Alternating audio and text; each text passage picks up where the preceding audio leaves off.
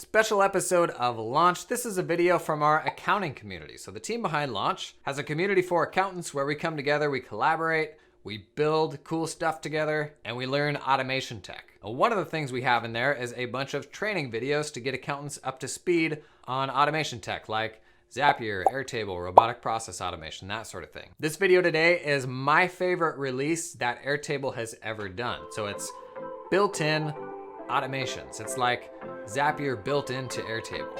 So this is a video from our community. It's a feature we're getting a load of use out of right now. It also gives you a taste of the content inside of Realize. So hope you enjoy. I'll put a link to Realize in the video description. I think this one's pretty cool.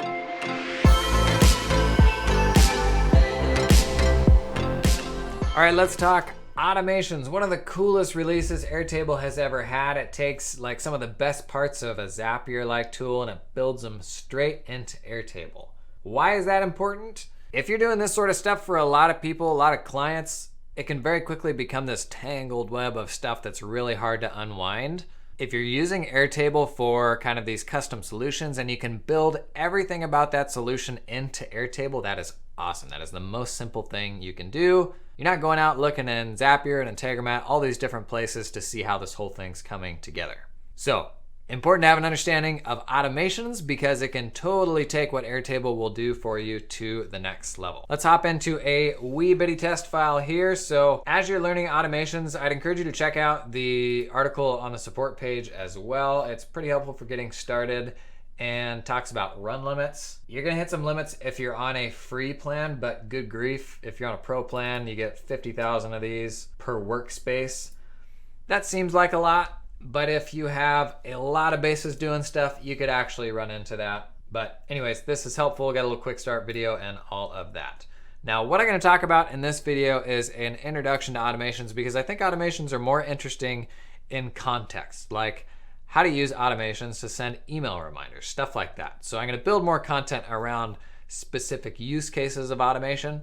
Here, we're just going to talk about the nuts and bolts of these automations and what they mean. So on the top right-hand side, you're gonna have an automation, little kind of block deal, and then you create a new automation, name it whatever you want. And then inside of this automation space, you've got two tabs. You've got the steps, which define what the automation does, and then you've got the runs, which is a history of everything that automation has ever done for you. Now the steps are kind of like Zapier in that they're defined by a trigger and then a set of follow-up actions. So let's take a look at the triggers we have at our disposal.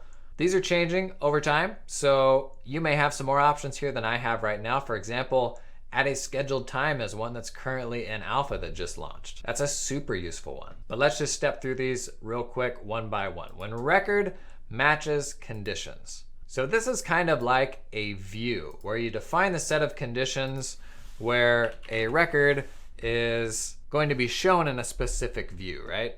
You can set up a combination of conditions via, and or, just like you would with a view. So anytime you set up a trigger, it's best to pull in a test record to make sure it's working as you think it would. In this case, there's not going to be a record that has the name Jim, so the test is going to fail. Let's pop the name Jim in here and rerun our test. And then we should have a test record for using on actions downstream. So that is when a record matches a condition. Pretty straightforward. If you're working in a big base with a bunch of records and it's not clear what test record it pulled, you can hit this drop down. It'll show you all of the field values so you know exactly which one you're working with. So if you don't like this automation, you hit this little drop down here. You can either duplicate it or you can just delete it. I'm going to delete it because I don't know how to get rid of this trigger and put a new one in. So we're going to create a new automation from scratch. Next is when a new record is created. So basically you just define the base you want to watch, and then anytime a new record is added there, it triggers it. This is generally if you have a form view. So if you're collecting form submissions, you're going to use this trigger anytime you want to take some sort of step automatically when a form submission is provided. Next is when a record is updated. So let's select our table 1. Now you have the ability to select specific fields if you don't actually want to watch everything. So let's say I only care if the status changes, but not if Jim's name changes or the notes change or something like that. Then we're only subscribed to changes to the status field. Alternatively, you can subscribe to a specific view. A view could do something similar where you only show certain fields. So that is when a record is updated. What else have we got? This is one that I use a lot, when a record enters a view. I find myself using views a lot for automations rather than hard coding when condition this is this. Because to me, views are easier to understand. And I'm going to call that view something actionable, like to be processed or something like that. So I create that view with a set of filters that says anytime a record meets this criteria, it goes into this view, which is called to be processed. And then there's an automation watching this view that immediately processes it. That's easier for me to get my puny head around than having all of these automations, which visually, if you're not working on automations, are kind of buried. You may forget they're even happening. So if they're just pulling stuff out of your records based on certain criteria, that can get confusing because it's not kind of right in your face like a view would be. So I use this one quite a bit where it relies on a specific view that you create. And then whenever a record enters that view, it runs all the subsequent steps on that record. All right, add a scheduled time. This is super powerful. Right now you can set it to be at a specific time interval or on days of the week. So you could say every Monday, Wednesday, Friday at 12 a.m. So like if you're doing email reminders, this is great. If you got a list of things you may need from somebody, and if they're still in the outstanding status or view or something like that, you could send an email on a recurring basis. At regular intervals, you could just say every 24 hours or something like that. Now this isn't actually doing anything. It's really just kicking off an action. So if you wanted to send an email every day, you would trigger that by having a scheduled time every day, but then your action would be send an email. All right, then the last few kind of third-party integrations here. Google Calendar when an event is created. Google Forms when a response arrives. So that's basically the same as when a record's created if you were rolling an Airtable form. Google Sheets when a row is created. Outlook when an email is received. I don't know what you would do with that. That's kind of terrifying. And then Outlook Calendar when event is created. So that is your triggers. Let's just create when a record is created. So we've got a test record here that we can use when we create actions. So how about our actions? This is where the old rubber meets the road. So got some first party things from Airtable. Wherever possible, I try to rely on the first party stuff so that it's not going out to other systems that I have to connect to Airtable. Airtable actually has its own built-in kind of emailing thing. So let's say I wanted to send myself an email every time something came in. You got a form submission. Here's the message. And then the cool thing here is this little plus button pulls in all of the fields of the trigger record. So I'm gonna hit the plus, and here it's gonna list out every previous trigger or action. Right now there's just one. We just have step one, the trigger record. I'm gonna say continue, and then it shows all of the properties of that trigger record. So the ID of the record, the URL of the record, I'd never use that, the name. So this is gonna be Jim, I think. So let's insert that. I'm gonna fire this one off and see if it says here's the message, comma Jim. It doesn't. It just says here's the message. So let's troubleshoot. I won't cut this out and I'll show you how I troubleshoot. Now, right here it says it ought to be pulling the field value and the name. So why did it not put in the name Jim? Well, we've got 3 records here. Let's check and see if our test record isn't actually the Jim test record. Look at our field values. There's actually nothing there. So that means the test record that it's grabbing is not the Jim record. Let me delete these guys. And then we're gonna grab a new test record. Look at the field values, and now you'll see we've got the Jim record. I'm gonna say done, and then let's retest this guy with that new test record that we just grabbed from the trigger step. Okay, wow, would you look at that? Here's the message Jim. That's pretty weak, but you think of all the things you can build into an Airtable base that you could then build into an email. Like we've got, an approval workflow build where this puts out a whole bunch of items that were collected in a form that gives an approver everything they need to know to approve something, all built out in a single email. This could be a giant 5,000 word Mad Lib. It could be all sorts of stuff. You can also attach files, but I never really find myself using that. So that is sending an email with Airtable. Remember, you can do any number of actions. I'm gonna go ahead and delete that one, and we'll just start another action from scratch. Create a record. So if you're trying to go full kind of Airtableception, you can create a record when a record is created.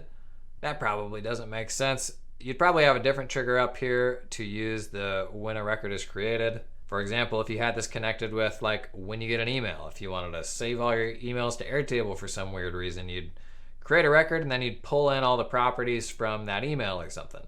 So if we create a record, all you do is you define all of the fields that you want in that record. So the fields are the columns, and you're just gonna map whatever you want to each of these fields. So the name, if this was an email or something, I would insert the, maybe the sender into that field or something like that. That doesn't make much sense in this case. So I'm gonna wipe that out. What else have we got? Update record.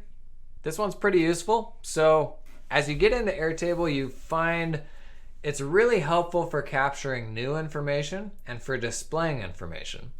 But updating existing information isn't really possible with external users. You have to make them a collaborator on the base. And if you're using something that has 100 users, or you don't want to give your client access to the base, or you don't want to pay for them as an Airtable user, there isn't a way for them to come in and update their address or something like that. So one alternative you can do is give them a new table to submit changes. So if this table is a changes table and you've just got name and address here, you could make a client-facing form that says, change of address. They give their name and they give their address. There's some use cases like that where updating an existing record, when a record is created, could be helpful because you could pull in the new record from here, take some data point from that record and merge it into an existing record, something like that. A little bit of a fringe use case, but I've done that one a few times myself. Find records. Where this one is powerful is when you have multiple actions. So let's say something happens upstream here. Let's go back to this awful email example I was using where this triggers every time you get an email in Outlook. Let's say you want to go look up that sender in a database maybe where you have all of your senders and they're all associated with a client in your master client table or something like that. Well, to do that, you would find a record. So you would point it out to your senders table or something like that. You would find that sender by their name or by their email address or something like that. And all of your subsequent actions, you can reference the properties of that record. So if we found the sender and the sender was associated with Jim's Car Wash, we could then make some sort of change to Jim's Car Wash in a subsequent action. So find records is useful for kind of chaining things together where you're going to make subsequent changes on something based on a record that's related to, your trigger or something like that. That one I actually use quite a bit. Lastly, run a script. Woo! Not today. Okay, what other third-party actions have we got? Slack, send a message. Microsoft Teams, send a message.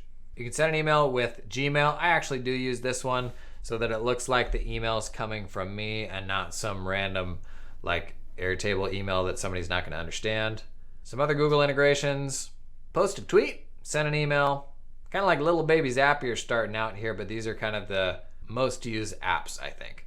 I spend 90% of my time in this Airtable kind of first-party action space because oftentimes I'm automating updating another record or creating another record or something like that. But automations are super powerful, especially when you think about the way that automations can be kind of chained together. You may make an update to another base, that may cause that record to go into a new view that triggers some other automation. So crazy powerful. Like I said when we were kind of getting started, automations probably make more sense in context, what's the best practice for sending follow-up reminder emails? Stuff like that. So we've got some more videos in the works on real-life examples of using automations. This is kind of just to get you started and the nuts and bolts of how they work. Keep those in mind. Rather than using a third-party tool like Zapier, the first place to start if you're already using Airtable is to try to keep it all self-contained within an Airtable base. If you can, that's going to make your life easier than having automations happening in a bunch of different systems. So That is Airtable Automations. Hopefully that was helpful, and I'll see you in the next one. So that was Airtable's new automations feature. If you like that, if you're into this sort of tech, we do several videos like this a week inside of the Realize community. To learn more, check out the link in the video description. It is a place for accounting and finance professionals, no software vendors, nobody trying to sell you anything, bunch of accountants with their own sandbox to collaborate and build the future of accounting. That's it for this week. Head over to airtable.com if you haven't explored Airtable before. It is the cornerstone of how I automate my accounting firm. Hope you enjoyed, and we'll see you in the next video.